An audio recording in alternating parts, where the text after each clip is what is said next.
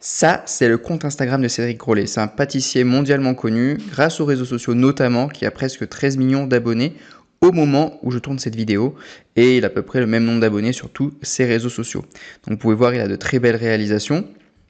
Et aujourd'hui, moi, ce que je veux voir avec vous, c'est vraiment pouvoir analyser ce qu'il fait et pourquoi ça a autant de succès et comment on peut créer une offre CM, que ce soit pour des pâtisseries, des entreprises dans le monde de la food ou même des entreprises physiques de façon générale, en s'en inspirant. Voilà, quels sont les éléments qui font qu'il a ce succès. Parce qu'il y a plusieurs choses qui font son succès. On peut voir qu'il fait des collaborations avec des influenceurs, des influenceuses, des gens plus ou moins connus. Il le fait régulièrement, il fait intervenir d'autres personnes. Il a vraiment une manière un peu signature de faire ses contenus où vraiment on va voir de A à Z la préparation, là où beaucoup d'entreprises vont juste prendre des photos de leur magasin, des trucs, machin. Là, lui, il a compris que c'était vraiment ce qui marchait dans la food. D'ailleurs, vous pouvez le voir quand vous vous baladez sur Instagram, ce qui marche, c'est les avant-après. Voilà, on fait une recette et on veut voir à la fin qu'est-ce que la personne a réalisé.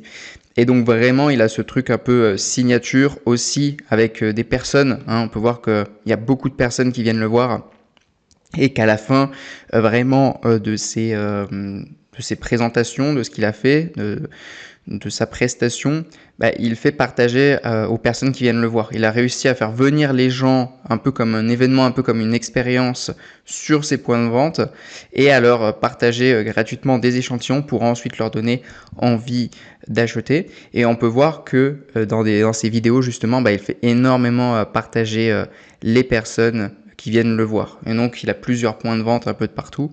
Et à chaque fois qu'il termine, il fait goûter et ça donne envie aux gens. Et c'est aussi viral parce que les gens ensuite vont le repartager. Donc, il a vraiment, vraiment très, très bien compris les codes d'Internet, ce qu'il faut faire sur les réseaux sociaux.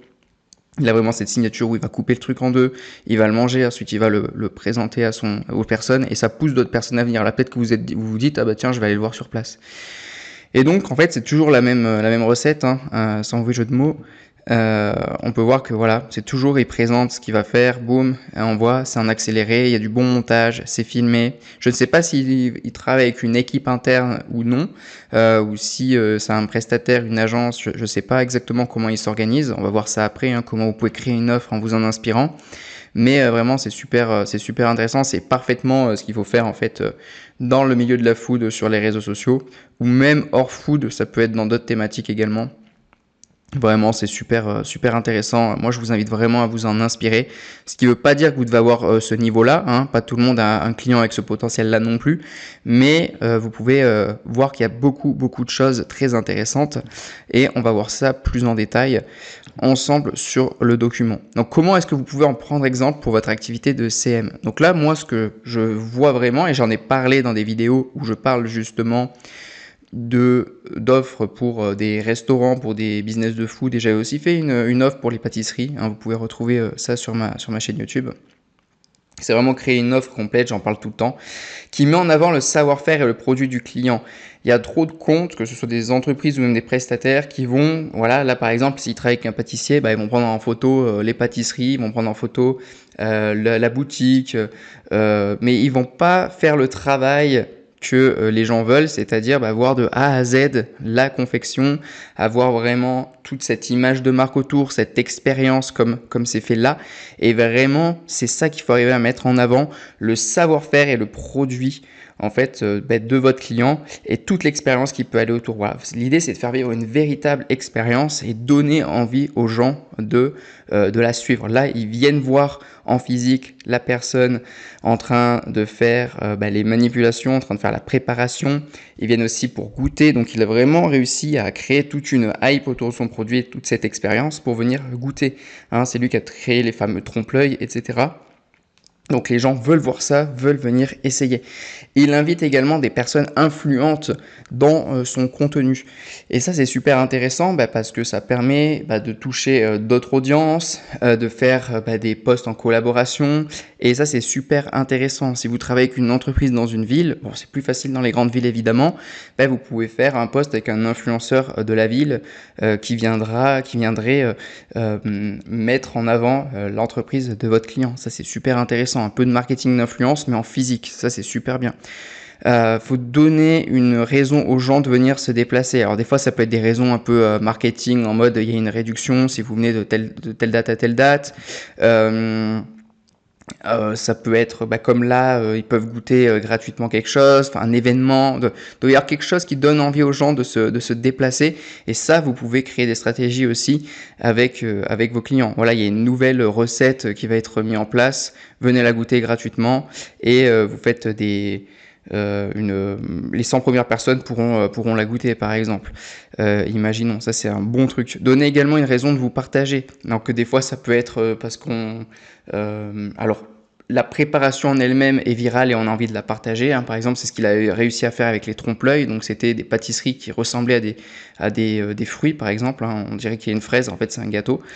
Et donc, ce qui marche bien là, c'est que les gens de eux-mêmes vont partager. Mais des fois, ça peut être des trucs, par exemple pour un fast-food.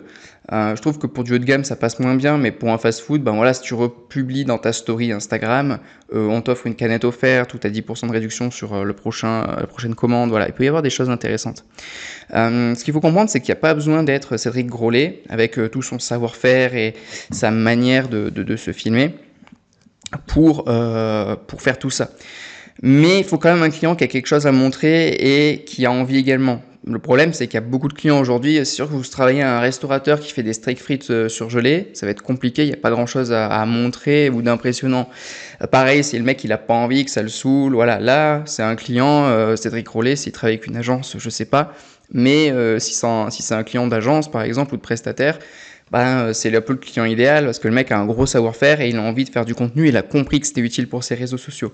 Donc pas tout le monde peut avoir des millions d'abonnés sur les réseaux, mais tout le monde peut faire au mieux à son échelle. Donc si vous arrivez à montrer à des clients en quoi c'est intéressant, je pense qu'ils feront l'effort, hein.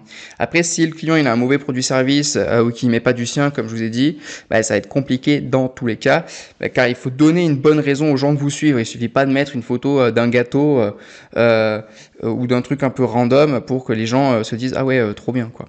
Donc là l'idée ça serait de proposer une offre tout en un. Vous allez sur place filmer, puis faire le montage et poster. En fait vous vous occupez de tout, hein, de la stratégie, ou bien vous collaborez avec un professionnel qui est sur place dans la ville, par exemple à Paris, et vous dites voilà moi j'ai besoin de quelqu'un qui va filmer mon client et ses préparations une fois dans le mois, une fois dans la semaine, peu importe.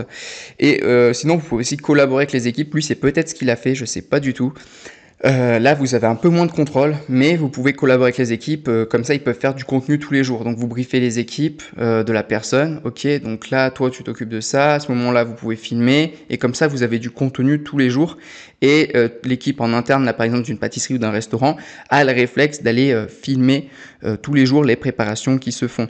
C'est là où vous avez le moins de contrôle et peut-être qu'il y aura moins bonne...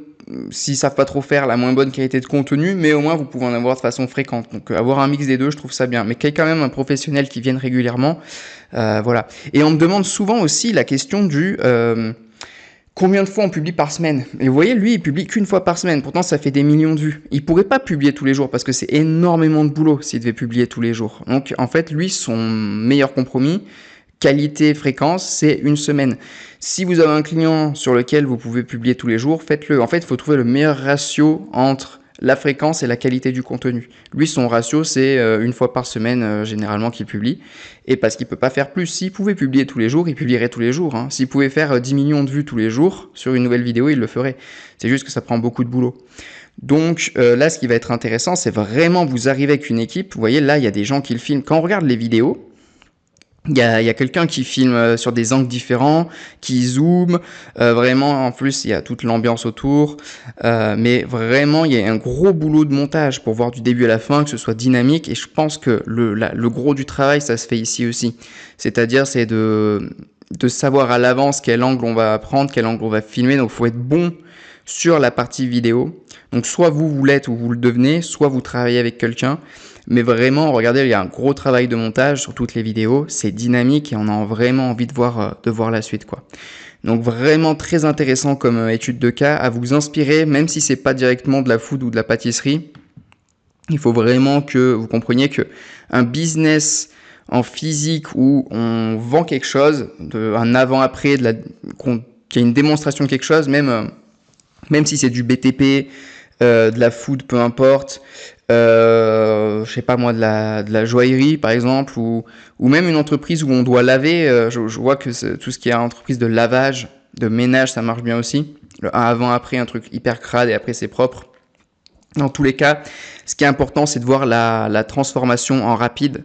Et quand vous mettez ça au cœur de votre offre avec, vous venez sur place filmer, ou alors vous mettez en place le fait que l'équipe puisse filmer régulièrement, qu'on vous envoie le contenu ou vous l'avez vous-même le contenu parce que vous êtes venu sur place, et qu'ensuite vous faites le montage et vous postez, et vous arrivez aussi à trouver vraiment une manière de le faire un peu propre à la personne comme lui il sait le faire, là vous avez tous les ingrédients pour vraiment faire péter les réseaux sociaux de vos clients. Je pense que c'est... Alors on va pas dire que c'est facile, mais si vous comprenez les codes, que vous les appliquez et que vous avez un client qui est prêt à faire les efforts, je pense que vous pouvez faire exploser un minimum n'importe quel restaurateur ou business physique. Peu importe, là je parle de food parce que on comprend bien l'exemple, mais je pense que ça peut aller très très vite.